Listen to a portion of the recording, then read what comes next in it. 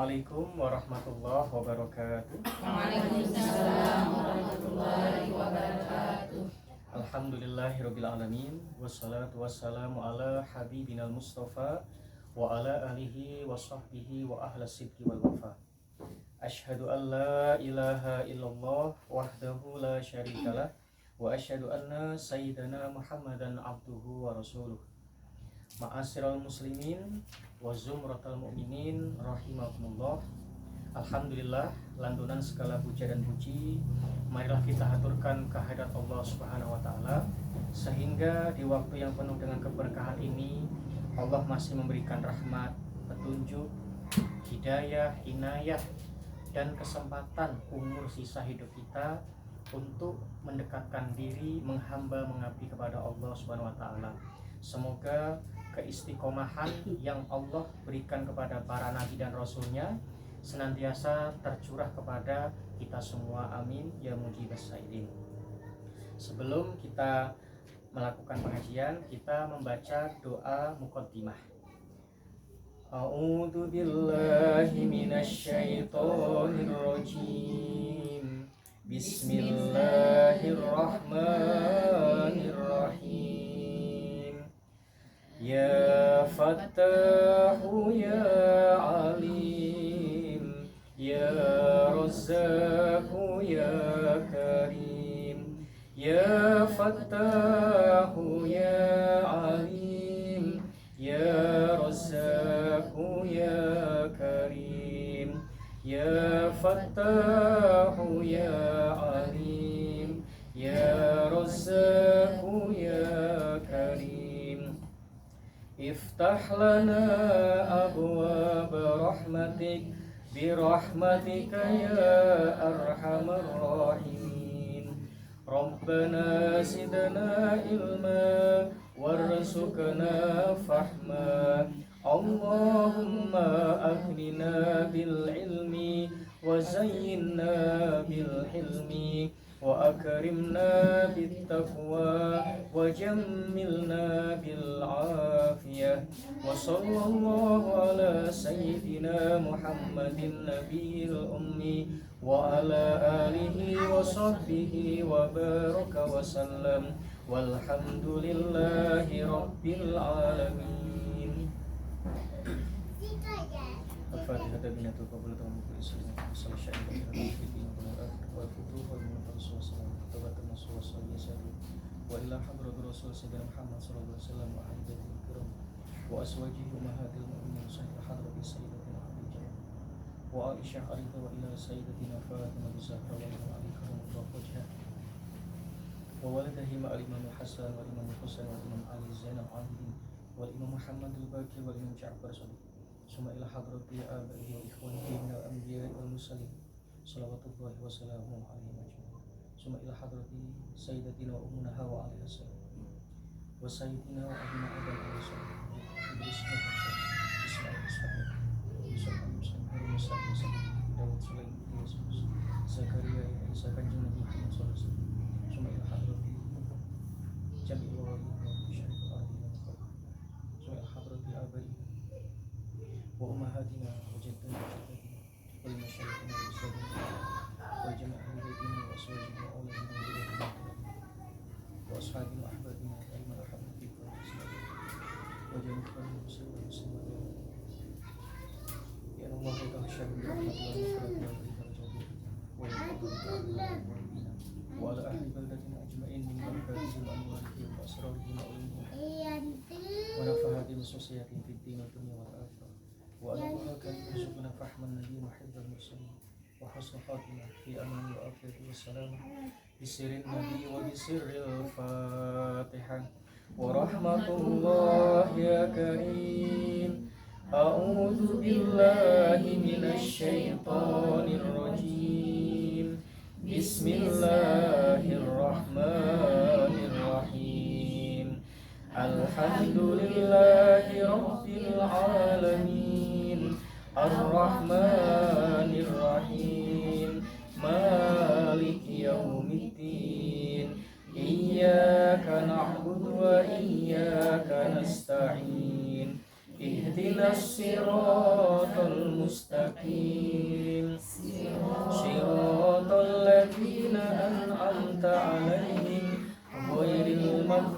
maghdubi alaihim waladdallin. Amin.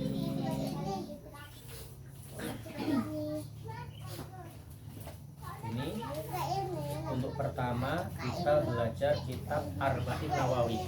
Jadi kitab Arba'in Nawawi ini salah satu kitab yang disyarahkan daripada Syekh Nawawi bin Yahya Syarafuddin An-Nawawi yang wafat al-mutawaffa 676 Hijriah. Jadi kitab ini salah satu ringkasan dari seluruh hadis-hadis Nabi. Jadi kalau kita belum sanggup belajar hadis-hadis yang tebal, minimal kalau mau belajar 40 hadis ini mengamalkan, maka Allah sudah seperti cukup mendalami agama dan mengamalkan agama.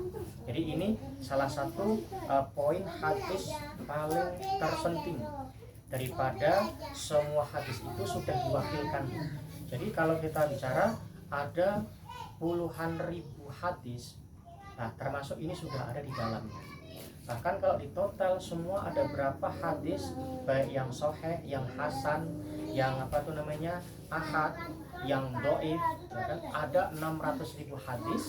Nah, semua yang terpenting sudah dimaktub, dijadikan satu di dalam hadis Arba'in Nawawi sebagai pedoman hidup, sebagai pelajaran daripada kita memahami agama Islam.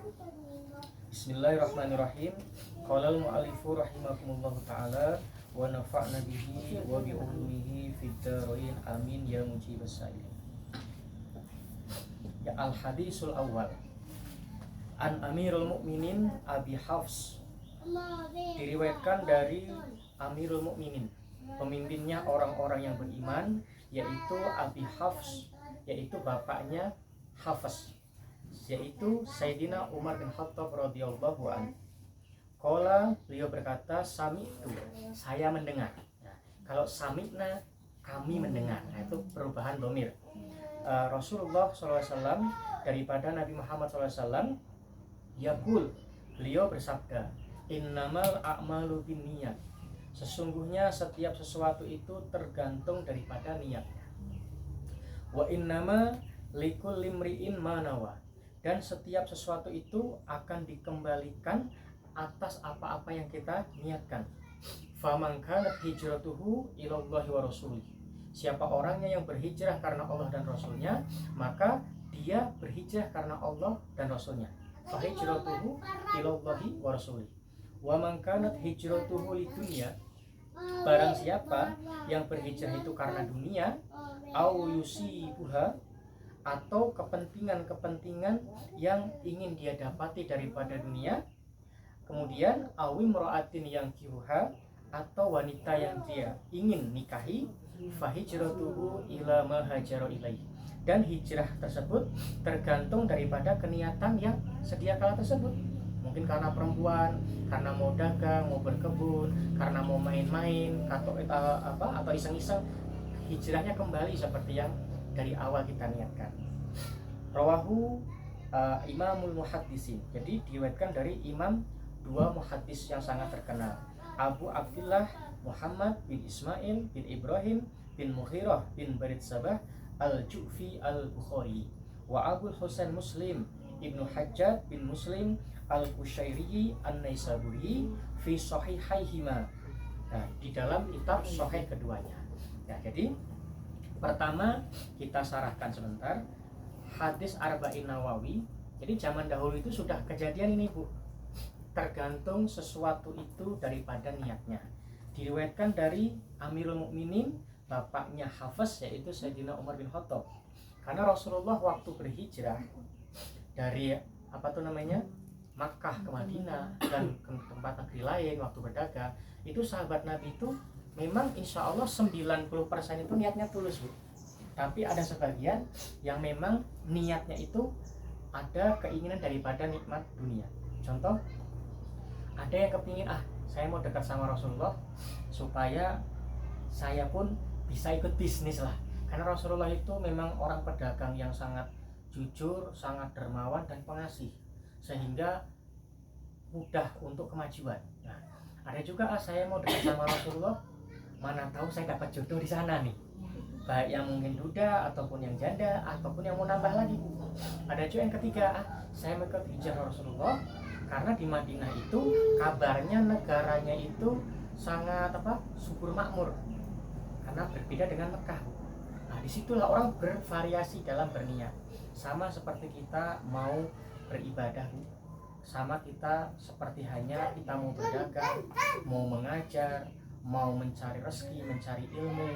Kalau memang kita diniatkan karena Allah, betul-betul dengan apa yang Allah titipkan lewat wahyu para nabi dan rasulnya, maka akan memberkahi, meridhoi setiap langkah dan helaian nafas kita.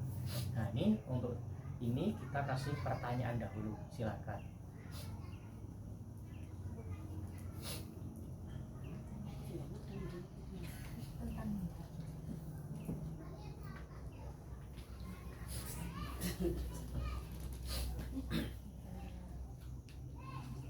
Belum ada pertanyaan. Iya, ya.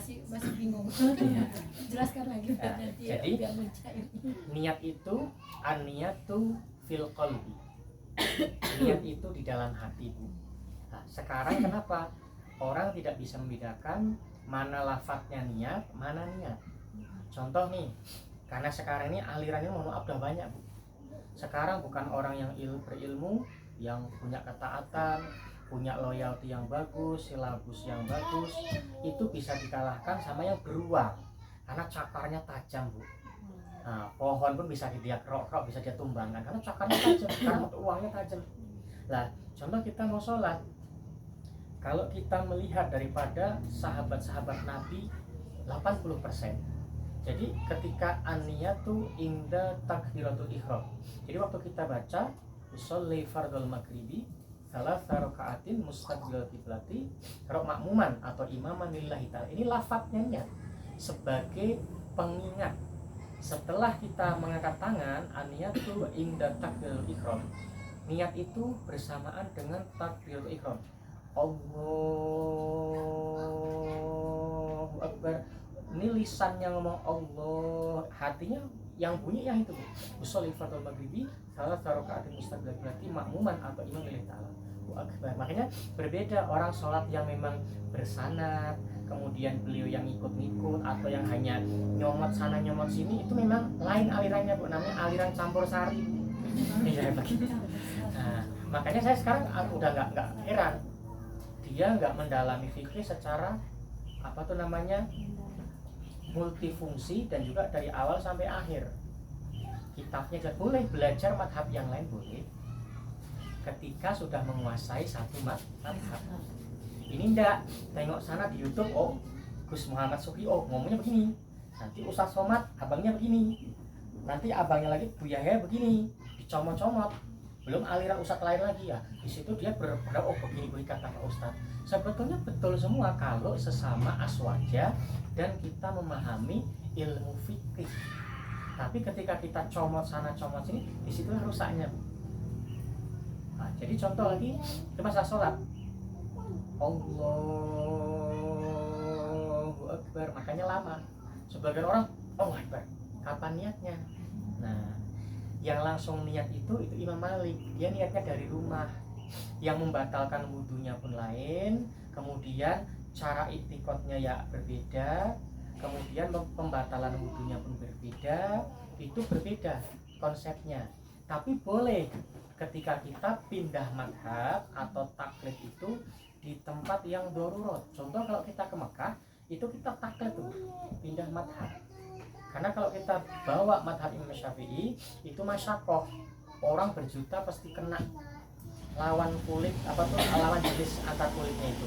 Kita bolak-balik nggak bisa sholat, nggak bisa ngaji, batal terus hobi ke kamar mandi. Nah di situ namanya ada masyakot atau doru. Boleh ada waktunya. Tapi kalau Imam Syafi'i sama. Ini berbicara tentang masalah niat. Nah kemudian kayak ibu mau ini namanya zakat fitri.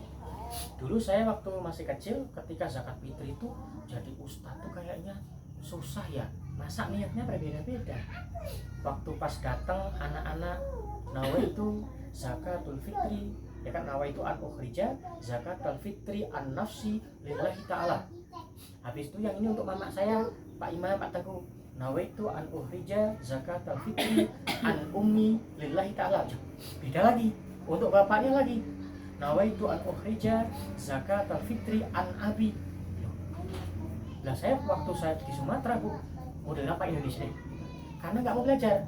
Untuk anak saya, Pak Teguh, perempuan, nawaitu an ukhrija zakatal fitri an binti. Anak saya perempuan, binti fulanah binti fulanah lillahi ta'ala. Nanti untuk istri saya, Pak Imam, berbeda lagi. Nawaitu an ukhrija zakatal fitri an zaujati. Kalau yang datang perempuan, untuk suami saya, Pak Imam, nawaitu an ukhrija zakatal fitri an zauji. Itu berbeda semua, Bu. Waktu saya dulu di Banten, di Jawa kan, waktu saya di Sumatera, kok di sini kayaknya udah kali kita jadi Pak Imam, jadi Pak Tengku. Oh gini aja nak, doanya pun asal doa. Nah di sini makanya kenapa, Bu, kita harus mengembalikan serambi Mekah kita yang mungkin di ujung tanduk ini mau musnah, anak mudanya hancur. Jadi untuk mendapatkan gelar serambi Mekah itu dulu bukan gampang, Bu. Tapi kenyataannya sekarang terjadi kemerosotan dari segala aspek, baik mungkin roda pemerintahannya, terutama generasi mudanya terbobrok di situ. Jadi di situ contoh masalah zakat fitrah. Makanya kan di sini, masya Allah, berat itu kalau kita belajar. Oh untuk paman saya, Pak Ustadz, nawaitu zakat fitrah an ammi. Untuk paman saya, oh banyak, saya catat dulu. Oh, sampai hampir 20-an. Nah kalau di sini kok gampang, ya boleh kalau memang kita ini ketemu orang yang mu'alaf, tidak disusahkan, Bu. Contoh ada Ustadz, saya baru masuk Islam, apa yang perlu saya kehendaki untuk mendalami dan mengenalkan daripada risalah Allah ini? Ya jangan Ibu buat susah. Oh syahadat dulu, habis syahadat nanti Ibu belajar sholat, nama sholat aja, niat sholat, nanti kalau berdiri Allah Allah, baca tasbih. Dan nanti seminggu kemudian dilatih baca Fatihah. Jadi berbeda, kita menempah orang-orang yang sudah alim dan berilmu yang mendalami agama Islam dari kecil dengan orang yang baru masuk Islam.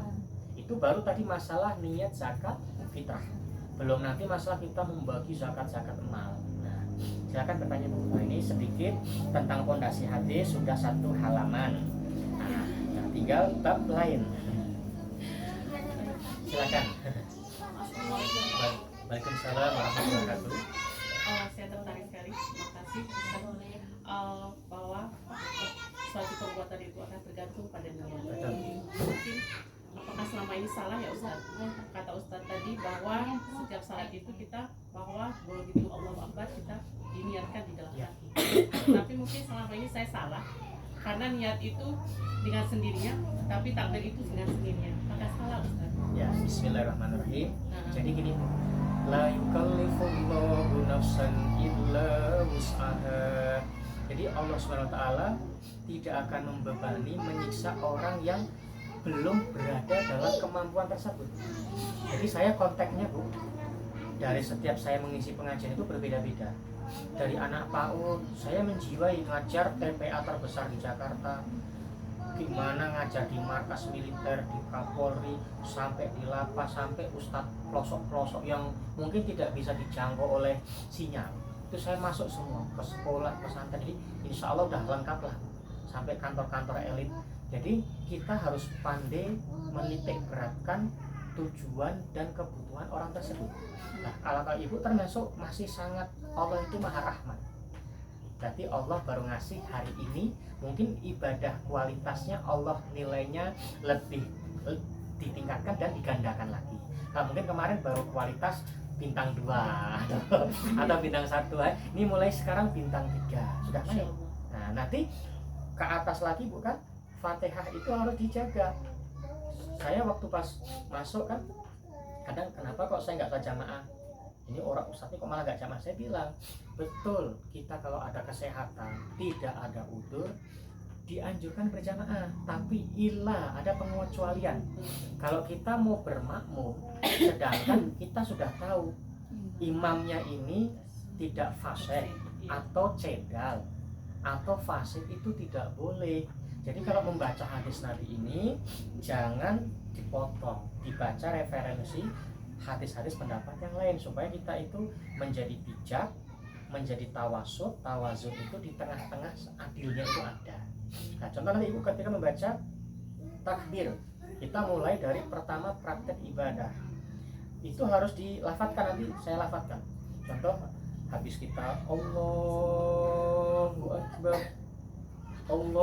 Akbar kabira walhamdulillahi katsira wa subhanallahi bukratan wa asila inni wajjahtu wajhiya lilladzi fataras samawati wal ardh hanifan musliman wa ma ana minal musyrikin inna salati wa nusuki wa mahyaya wa mamati lillahi rabbil alamin la syarika lahu wa bidzalika umirtu wa ana minal muslimin. Jadi kalau kita mendalami agama ada step by stepnya Bu. Sepeda ilmu satu jurus, nggak bisa langsung kita pasti jurus, itu yang ada kita keberangus Bu. Nah, kita pertama untuk melekatkan kenyamanan sholat itu mendalami makhraj, tempat keluarnya huruf, bacaan tajwidnya benar, setelah itu baru artinya supaya lebih mantap. Nah, apalagi kalimat tadi Allahu Akbar kabira, Allah maha besar yang sungguh kebesarannya tiada tara. Walhamdulillahi katsira, segala puji milik Allah dengan pujian yang sangat banyak. Walhamdulillahi katsira wa subhanallahi bukratan wa asila. Saya selalu mensucikan Allah baik malam, pagi dan sore. Wa subhanallahi bukratan wa asila. Inni wajjahtu, ini sesungguhnya aku, wajjahtu menghadapkan, mentawajuhkan wajhiya lillazi fataras samawati wal ardh, kepada zat yang menciptakan segala petala alam semesta ini. Hanifan musliman wa ma ana minal musyrikin, dan aku berserah diri kepada agama Allah dan bukan menjadi orang yang musyrik. Ini ayat ini tuh kalau kita tarik tafsir Qur'annya, waktu Nabi Ibrahim alaihissalam keluar dari gua, nanti ada di situ. Kalau kita tahu tafsirnya pelan-pelan, karena Al-Quran ini kalau orang yang nggak belajar ini global itu teracak ini Bu. Makanya untuk merusak Al-Quran ini pusing, ilmunya banyak, tidak diurutkan kayak anak TK baca itu enggak Bu, loncat-loncat, tapi dia mengandung makna itu saling berkesinambungan. Ada ilmu nahwunya, ada ilmu sorofnya, ada ilmu manteknya, balaghahnya, ada bayannya, ada uslubul arabiyahnya, ada tajwidnya, banyak kali. Nah makanya dari itu mengurus Al-Quran ini kitab suci paling penting ini katanya. Karena walaupun orang tidak hafal Al-Quran, kalau dia mendalami ilmu itu, agamanya bagus, ilmu kitabnya bagus, alatnya bagus, nahwu sorof, dia tahu ketika orang membaca salah itu tahu. Karena urutan daripada nahwunya itu berjalan. Karena saya pernah dulu waktu masih baru-baru imam baca ayat pertengahan Quran, ada kawan saya komen, Ustadz tadi ada satu yang ketukar ininya, harokatnya. Kenapa kok kamu tahu? Kamu kan nggak ngafal Quran. Nah, saya kan tanya dulu Bu. Ibaratnya secara Quran semua lebih lengkap saya bahasa Arab. Ada satu-satu yang kesulit di ini nahwunya ini, domirnya ini. Nah, di situ ketemu dia. Padahal dia juz amma aja nggak hafal. Tapi karena mendalami ilmu Allah, nahwunya sudah mantap, ketahuan. Apalagi kita mendalami semua. Itu baru-baru saya belajar imam. Itu ketahuan, walaupun dia merem aja nampak dia. Itu ilmu. Setelah kita inni wajjahtu wajhiya lillahi fataras samawati wal ardh hanifan musliman wa ma ana minal musyrikin. Sesungguhnya aku, hidupku matiku, aku berikan kepada Allah Subhanahu wa taala dan aku bukan termasuk hamba yang musyrik. Nah, di situ kita ketika dalamin merasa ada ketenangan. Ini pertama masalah kefasihan, tajwid, tareh, kemudian ini tempat keluarnya huruf, bacaannya sudah bagus. Nah, baru nanti mendalami secara tasawufnya. Nah, tasawufnya di sini ada step by step. Nah, contoh nih Bu, nanti untuk yang akan datang, ketika kita sholat itu Bu, bukan cuma niat. Nah, makanya sholat itu ada tingkatannya nih Bu. Ada khusyuk, ya kan? Ada khudur, ada khudu. Nah, khusyuk pun terkadang kita nggak dapat. Apalagi khudur, sudah betul-betul Allah itu hadir. Kita menghadirkan diri, apalagi khudu. Karena kalau orang yang sudah mendalami itu, dia sholat itu mau kadang nangis sendiri Bu. Untuk waktu dia membaca kalimat demi kalimat, Bismillahirrahmanirrahim. Waktu membaca Al-Quran lisannya, hati pun tidak diam. Allah, Allah, Allah, Allah, Allah, Allah, Allah. Terus itu. Alhamdulillahi Rabbil Alamin. Allah, Allah, Allah. Ar-Rahmanir Rahim. Itu terus sambil kita ngomong, baca ayat Al-Quran, baca tasbih itu Allah, Allah. Itu tingkatannya udah berbeda lagi. Makanya kenikmatan sholat itu berbeda orang yang mau mengkaji. Maliki yaumiddin. Hati terus Allah, Allah, Allah. Iyyaka na'budu wa iyyaka nasta'in. Allah itu gak putus nih. Jadi lisannya pun hidup, hatinya pun lebih hidup. Bukan sholatnya sholat seperti pisang roboh, asal gebak, bukan. Nah. Ihdinas siratal mustaqim. Terus Allah, Allah, Allah. Siratal ladzina an'amta alaihim ghairil maghdubi alaihim waladdallin.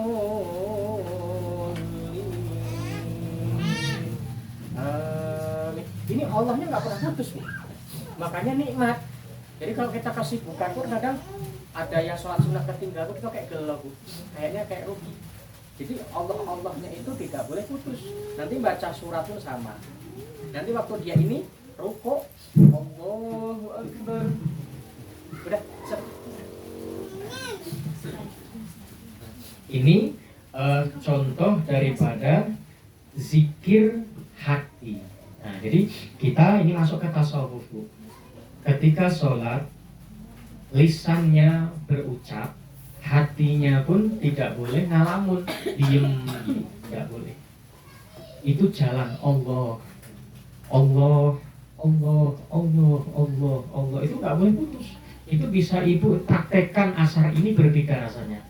Apalagi ketika itu praktekkan di sholat malam. Itu ada rasa getaran jiwa, ada rasa kita itu merasakan sentuhan kedekatan rahmatnya Allah Subhanahu Wa Taala. Berbeda dengan sholat, orang balapan kayak motor cross Bu, tercepat-cepat berbeda. Makanya saya kalau imam taraweh kalau disuruh cepat pun saya malas, nggak dapat ini Bu, nggak dapat nikmat. Dapatnya cuma amplop gitu. Makanya saya bilang kalau sama saya nggak boleh kurang 1 jam taraweh, minimal 1 jam. Kalau dipaksa setengah jam Pak Ustadz 20 rakaat, mendingan nggak usah. Saat yang ada ininya sakit dulu. Memang kalau yang orang udah ngaji bisa dipercepat tuh.